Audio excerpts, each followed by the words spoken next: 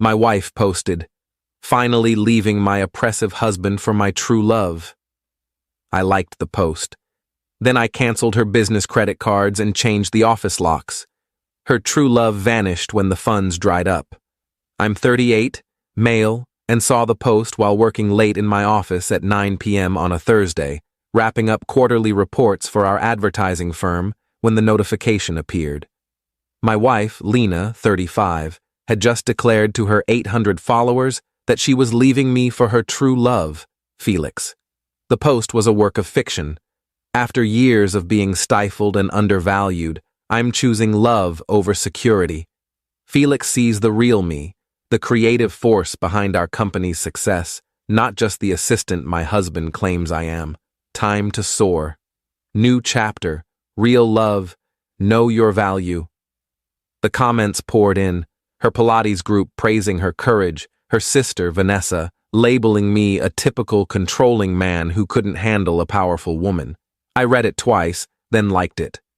Lena texted me 30 seconds later. "Did you actually just like my post about leaving you?" "Yeah, congrats. When are you moving out?" "That's it? No pleading? No asking me to rethink?" "Nope, you chose. I respect it." She typed and stopped for about 5 minutes. Finally, "I'll grab my stuff tomorrow." I deserve half the business, FYI. I didn't reply. Instead, I accessed our business accounts. Here's what Lena didn't grasp.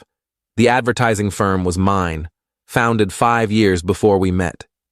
She joined as creative director after we married, a title I gave her to make her feel valued. She handled social media and occasionally made a brochure. I managed clients, contracts, finances, everything that kept the business running. But I'd been generous. Gave her company credit cards, office access, even let her hire her friend Felix as a consultant 6 months ago. Funny how that worked out. By 10 p.m., I'd canceled both company credit cards in her name, changed all business account passwords, revoked her access to our client database, contacted the building manager to change the office locks, scheduled for 7 a.m., emailed clients a professional note about restructuring without mentioning her, and backed up all our servers. Then I went home and slept soundly. Woke up to 52 texts. The first 20 were variations of, "Why are my cards declining?" The rest were increasingly frantic voice-to-text rants about how I was financially abusing her and stealing her company. The best one? "Felix says this is illegal. You can't cut off my livelihood, your livelihood." Interesting take for someone who hadn't secured a single client in 3 years. Update 1. The entitlement escalated faster than anticipated. Day 1. Lena arrived at the office with Felix in a moving van. The new locks were already in place. She banged on the door for 20 minutes while I worked inside. She started kicking the door, so I called building security. "This is my office," she yelled at the guard. "Ma'am, you're not on the lease." "Only Mr. Carter." "I'm Mrs. Carter." "Per your post, not for long," I called through the door. Felix tried to look tough, hard to pull off at 5 feet 7 inches with a top knot. "Let her get her stuff, man." "Her personal items are boxed in the lobby. The desk, computer, and equipment are company property." Lena hurled the boxes at the door. "I don't want my stuff. I want my company." Security escorted them out. Day 2.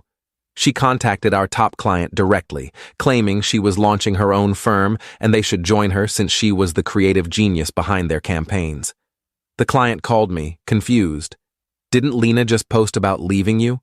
Why is she saying she owns your firm?" Mental breakdown, I think. "Please don't engage. No problem. Honestly, we always wondered what she did. You're the one we work with." Day 3. This morning, my business banker called. "Mr. Carter, someone tried accessing your business account in person, claiming to be your wife needing emergency funds. We didn't share anything, but you should know. She also tried applying for a business loan using your company's EIN. We flagged it as potential fraud." This afternoon, Lena sent an itemized bill, seriously. 3 years of creative direction, $450,000. Brand development, $75,000. Emotional labor, $100,000. Lost future earnings, $500,000. Total, $1,125,000. I replied with my own invoice. Office rent she never paid, $0 since I covered it. Salary she earned for minimal work, $165,000. Personal charges on company cards, $47,832. Payments to her consultant boyfriend, $36,000. Looks like you owe me $248,832. I'll accept a check. She blocked my number. But the real comedy began when Felix realized the cash flow was gone. Update 2. Felix showed his true colors quickly. Per Lena's Instagram, she forgot to block me from the company account. They were crashing at his place. The aesthetic drop from our modern home to his cramped studio was stark. She went from posting in our sleek kitchen to selfies with his gaming setup. But she kept up the act. Love doesn't need wealth, just two hearts aligning. Sure, Lena, hence the gas station coffee instead of your usual $8 almond milk latte. Then I got a surprise call from Marcus, who runs the design studio next to my office. Yo, your wife came in asking if we're hiring. Said she's a top-tier creative director with years of experience. What did you say? Asked for her portfolio. She showed me 5 Instagram posts and a food truck flyer. I said we'd call, "You're not, are you?" No way. But her boyfriend was with her. He pulled me aside, asked if I knew anyone needing a motivational coach, showed me a certificate from some online course he took last week. Their job hunt wasn't going well. Meanwhile, vendors started calling. Lena had promised them future work once she took over the company. A printer asked about 5,000 business cards she ordered, labeled Lena Carter, CEO. Send her the bill, I said. She's not with this company. But she said you'd pay. Did she provide a purchase order? Written authorization? Company card? No, she said she'd pay when she took over next week. That's between you and her. The printer wasn't pleased, nor were the 3 other vendors she'd made similar promises to. Day 5. Lena tried a new tactic, filing for spousal support, claiming I'd forced her to abandon her thriving career to work for free at my company. My lawyer chuckled. She's been paid $55,000 a year plus bonuses. I have the pay stubs. Also, what thriving career? Her last job before you married was part-time at a gift shop. Can she claim part of the business? Premarital asset, never commingled, 0 claim. She might get temporary support, but with her public announcement of leaving you for another man. Good luck. Day 6. The real fun started. Felix's ex-girlfriend messaged me on social media. Is your soon-to-be ex with Felix Grant? Unfortunately. LOL, good luck to her. He owes me $3,000. Said he was investing it in his coaching business. Spent it on concert tickets and vape pens. He only dates women with money. When I cut him off, he was gone in a week. How long did that take? As long as it took me to realize his business was just him ranting about manifesting while gaming all day. I thanked her and dug deeper. Felix had a pattern. 3 ex-girlfriends, all of whom he'd lived with, all of whom had bankrolled him. One even tried suing him for $15,000 he'd borrowed for another venture. I forwarded everything to my lawyer, just in case. Day 7. Lena's facade crumbled. She showed up at my house with her sister and a police officer, claiming I was blocking her from her belongings. The cop looked exhausted before we spoke. Sir, your wife says you've locked her out of her home. Officer, she posted online that she left me for another man. She's been living with him for a week.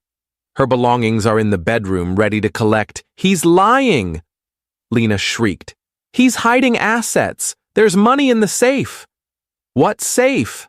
I asked, genuinely puzzled. The one in the office.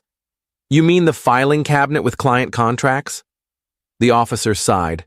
Ma'am, are there specific items here that are yours? The whole house. I decorated it. I made it homey. Is your name on the deed? Silence. I let them in to grab her clothes and personal items. Lena tried taking the 65-inch TV. "That's mine," I said calmly. "We watched it together. I have the receipt from 2 years before we met." She moved to the kitchen appliances. "These are mine. I cook. Receipts in my email, bought during my single days." The officer was done. "Ma'am, take your clothes and personal items." That's it. As they left, Lena grabbed my grandmother's porcelain set from the dining room display. "Those are family heirlooms," I said. "You never use them." "Still not yours." She smashed them on the floor, every piece shattered. The officer arrested her for vandalism. Vanessa screamed I was probably abusive and drove her to it. The cop shook his head and put Lena in the car. Update 3. Lena was released on bail. Felix didn't pay it. Her parents did. She jumped back on social media with a new story. I was a manipulative narcissist who'd trapped her in a financial cage. But Felix showed his true self. I got a DM from someone named Rachel with screenshots of Felix on a dating app. Profile: single entrepreneur seeking a queen who knows her value. He was actively dating while living with Lena. My friend Leo, who works at a high-end restaurant, recognized Felix from Lena's Instagram. "Bro, it was brutal. He tried paying with a card that got declined 3 times. His date paid. Then he pitched her on investing in his motivational academy. She left before dessert." Meanwhile, Lena was spiraling. She'd applied to 12 agencies, no callbacks. "I help my ex-husband sometimes," isn't a resume. She started a crowdfunding campaign, claiming I'd financially destroyed her. It raised $45 from her mom. Monday morning, I arrived at my office to find Lena had set up a card table in the lobby with a sign, "Lena Carter Creative Solutions, the true talent behind Carter Advertising." She was trying to poach my clients as they arrived. Security was already handling it, but I let her stay briefly, watched her pitch a client coming for a meeting. You know I was the creative mind, right? He just took credit. The client glanced at me, then her. "Didn't you make that brochure with the typo that cost us a reprint?" "That was the printer's fault." "You spelled boutique with 2 T's.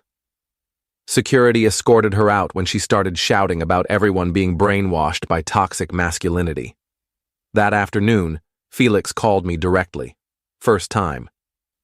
"Hey man, we gotta talk." "No, we don't.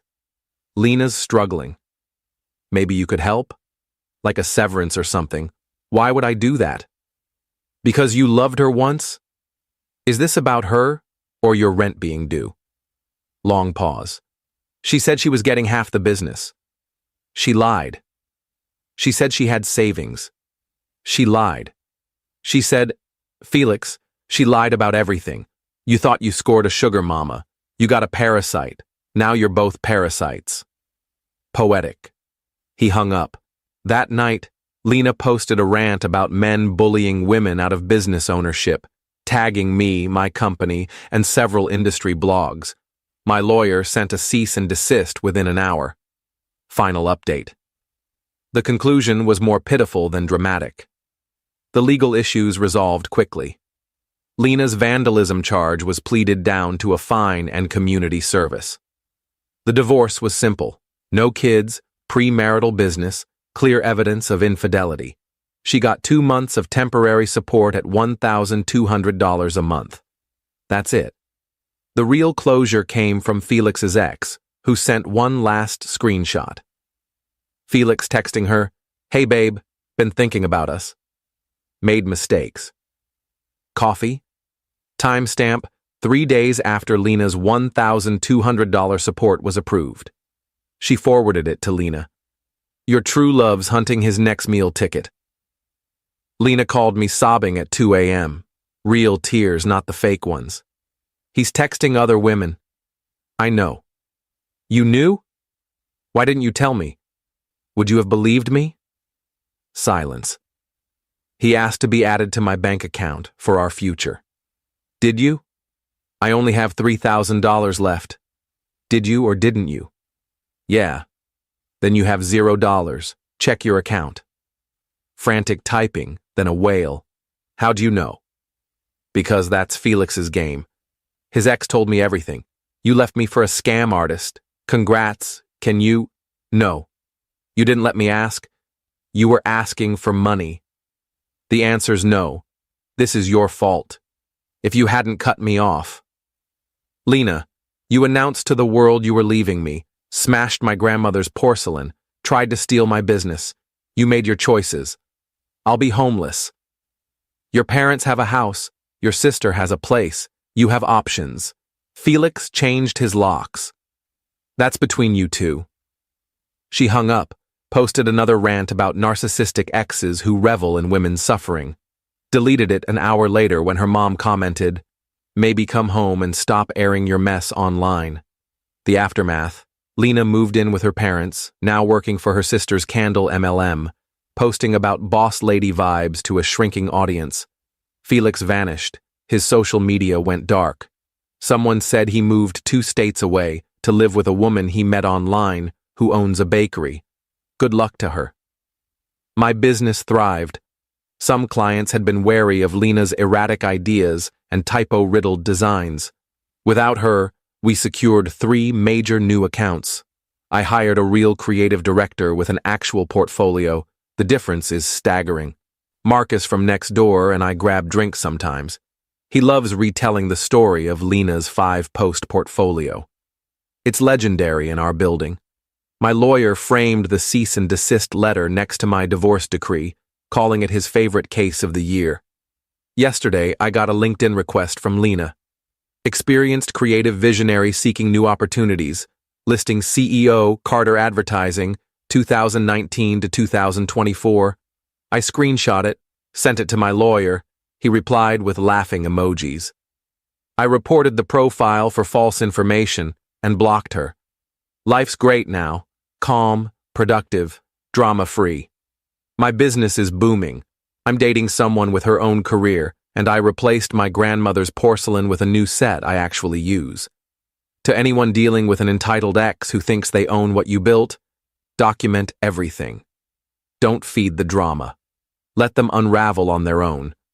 When someone shows you who they are by leaving for a true love they're cheating with, believe them. Let them go. And definitely change those locks. Oh, and Lena, since I know you're lurking from fake accounts, Felix's new girlfriend just posted from Hawaii. Looks like he found his meal ticket.